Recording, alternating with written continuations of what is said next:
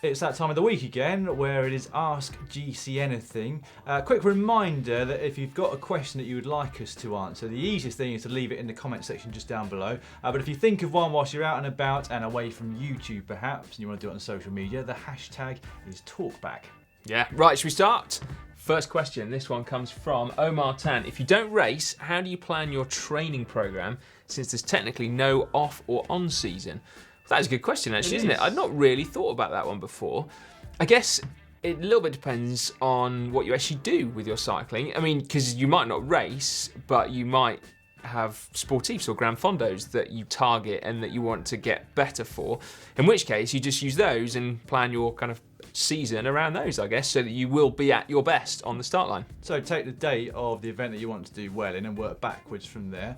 So your taper, which comes just before the event, and a bit before that you do your speed and your power work, and then a bit before that quite a long block where you work on your base and your foundation. However, if you're not competing anywhere and you're not doing any major events either, I guess you just kind of go out and ride your bike, wouldn't you, when the weather's nice, and go fast when you want to and go easy when you don't want to. Sounds a bit like what you do, Dan. That is exactly what I do. Well, and me as well, actually. The only thing I would say, though, is that you don't have to have an event to want to get better on your bike. But what I would say, if that's you, is actually to have a goal of some kind, so that when you go out and you think, well, I really want to get better at riding up hills or riding for longer or this, that and the other. And that's the point at which you can then start to think about how your training works. And while you might not ever need an off season, it's always good to have a little bit of downtime every few weeks, isn't it? Just so that your body can kind of recover and catch up. And remember that you actually improve when you're resting, not when you're training. Yeah, that's a really interesting question, and I'm sure Omar would appreciate any more information that you at home have got. If you don't do any events but you still like to get fit and train, what do you make as your goal, and how do you go about your training and periodisation? Leave them again in the comment section down below. If you are wanting to train though for a sportive or grand fondo or century or something along those lines, this is a video that we did early last year on how to train and prepare for the Maratona de les Dolomites. You can tell when you filmed it because you've got no hair in it, Dan. Yes.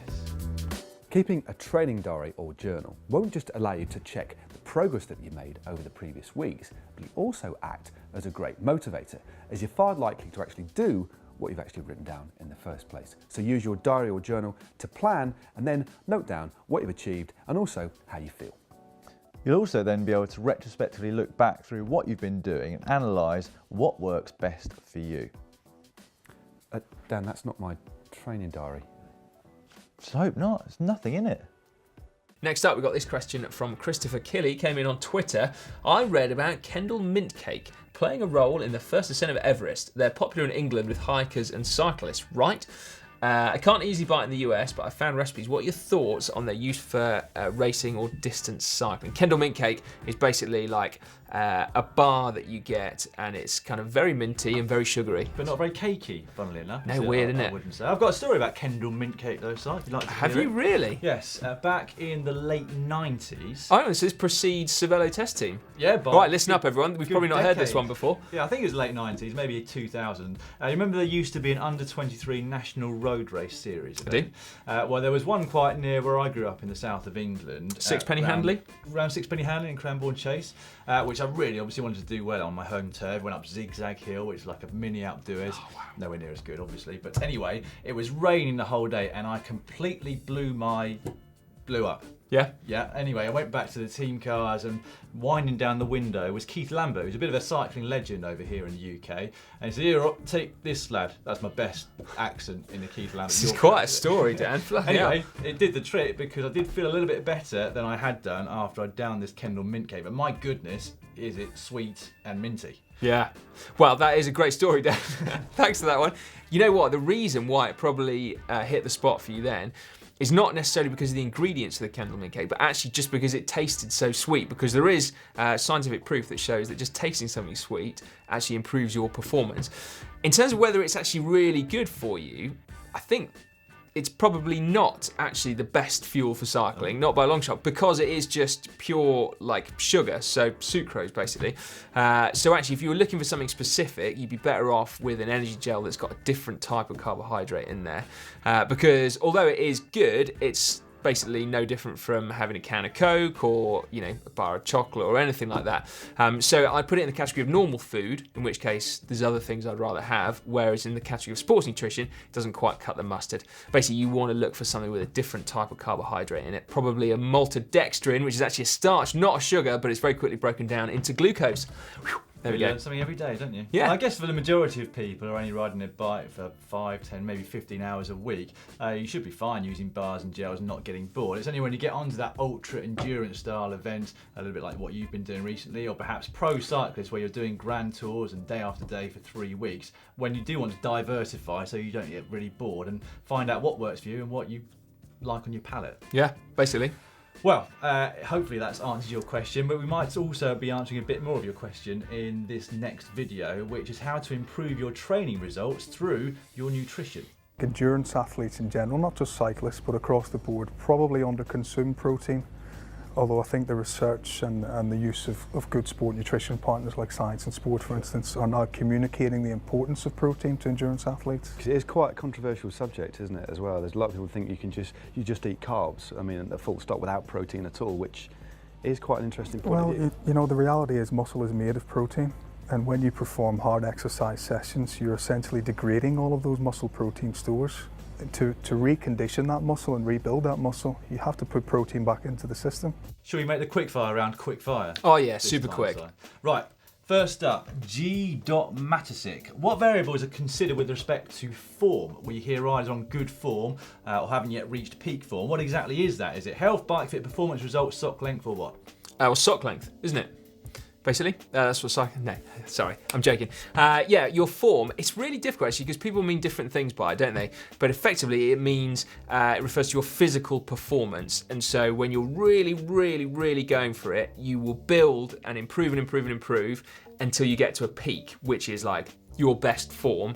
And then after that, you kind of can't really hold it and you start to drop off again. So basically it's a combination of factors, but also very important is your mental state as well, because you can have great physical form, but if your head's not in the right place, you're not going to do anything. So it's kind of like a bit of both, which is where socks come into play, because with nice socks comes great mental form. At that peak, we kind of say you're pinging, don't we? And like We Si do, said, yeah. It is a combination of all sorts of things, but you often find that when you're at your peak, not only are you better on the bike, but you recover so much quicker between each effort as well. It's really quite remarkable. We're rattling through this one, Yes, mate. we are. Yeah. On to question number 2 from the quickfire round from Phil K. Is there any possibility for an aspiring young 17-year-old South Asian citizen racer to immigrate over to Europe and be an EU member? I'm not sure about that. So that you can have access to racing much more efficiently. Well, we always say about Belgium, don't we? A lot of people from Britain go over to Belgium as youngsters because it's so easy to get into races because they have these kermesse races over there. You don't need to be a part of a team, which can be a stumbling block in France and Italy and Spain. I don't know the politics of becoming an EU member, but I'm sure you could stay in Belgium for a few weeks and get some great experience there. Yeah, absolutely. Yeah, I don't know quite how you go about coming over here. Student, maybe? That's a great opportunity to race your bike and do something else worthwhile at the same time. Right, Lisa Pett, are the Giro riders recording their stages on Strava? If not, how would we know what happened? Well, that is a good point. How would we know what happens at the Giro if it wasn't for Strava?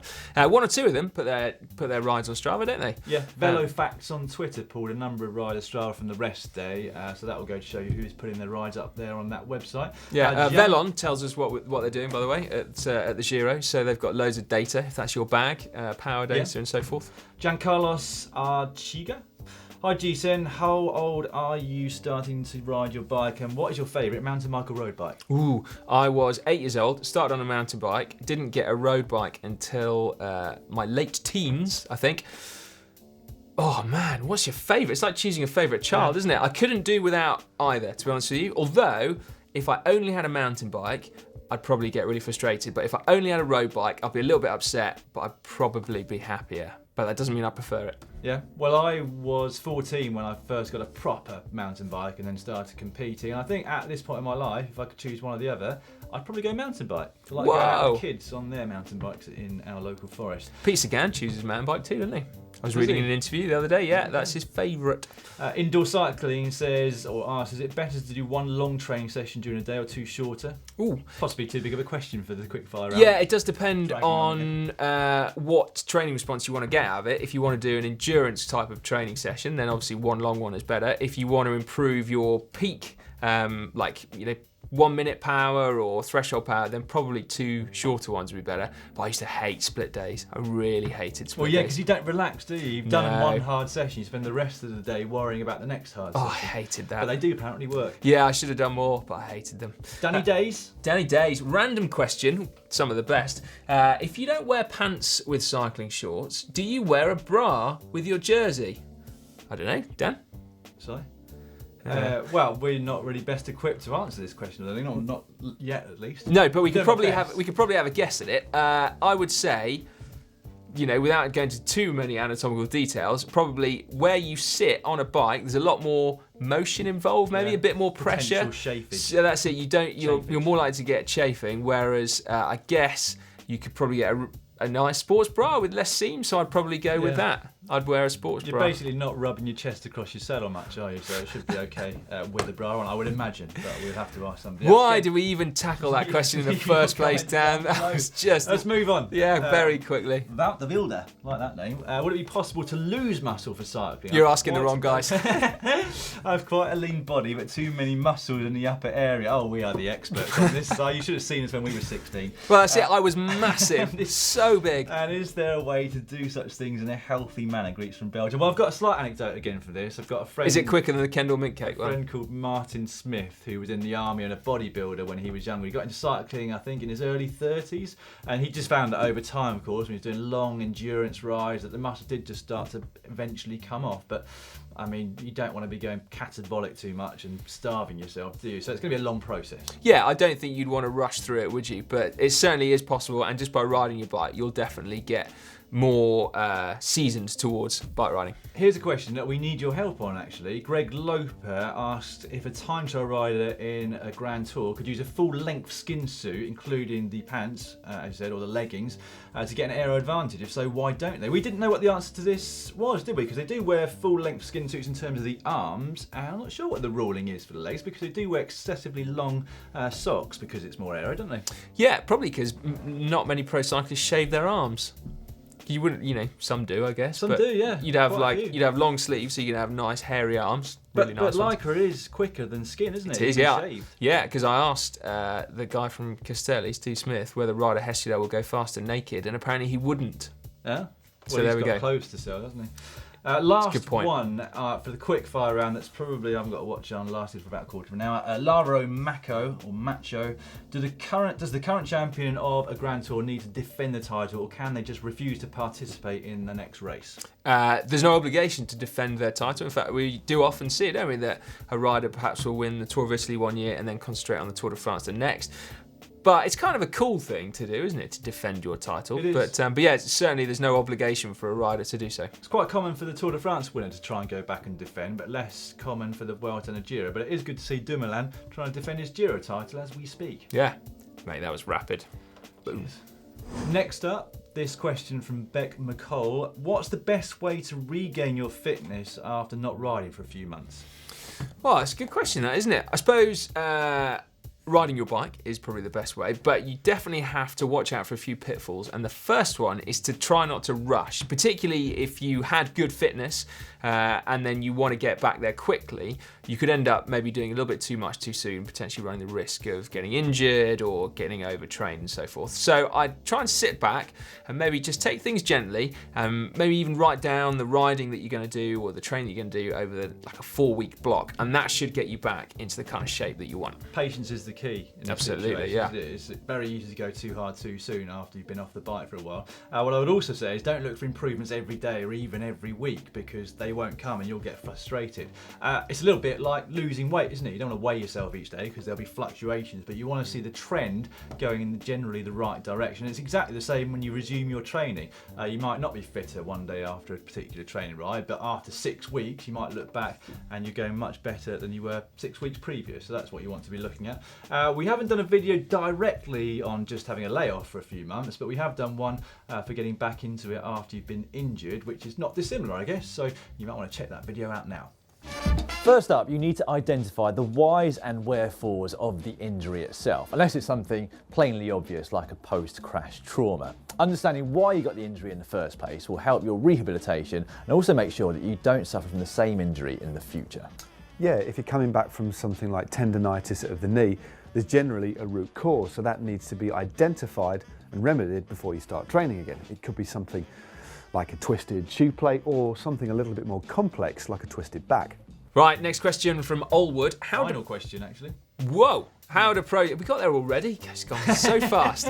I don't suppose anyone's watching. Must be that Kendall Mintcake story. How do pro cyclists avoid sunburn when racing long stage races? Basically the same way that anybody else avoids sunburn, really, by using sun cream or sunblock or whatever you want to call it. You do get some riders. I remember Dave Miller at one point of his career being almost allergic to the sun, I think he was. Yeah. So he was having to wear very thin lycra white arm warmers, not to keep warm obviously, but just to keep the sun off his skin, and then some really, really strong sunblock on his legs. So he looked ghostly white, didn't he, back in the slipstream days for a while? Yeah, he did, didn't he? We've got a video, though, where we literally asked pro cyclists what sun cream they wear, and you should probably have a watch. Factor 50 is pretty much all you can do. Wear this jersey and keep as cool as possible, but it's pretty hard. 50. I don't go much more than 30.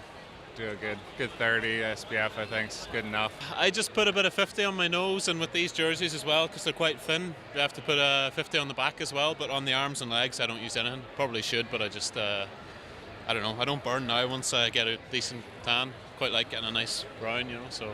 Right, well, hopefully that has answered those questions. Of course, if you have any questions about cycling, then please leave them down below, as Dan suggested you did right at the beginning of this video, or on social media using the hashtag TalkBack.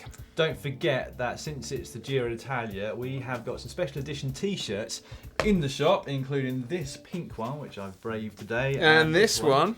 From Cy. Yeah. shop.globalcyclingnetwork.com. And sticking with the Giro d'Italia, Emma Pooley was over there in Sicily last weekend, and she took a look at the climb up to Mount Etna. The stage is already finished now, but well worth taking a look. Oh, It's a what a really beautiful interesting climb. bit. Down here somewhere.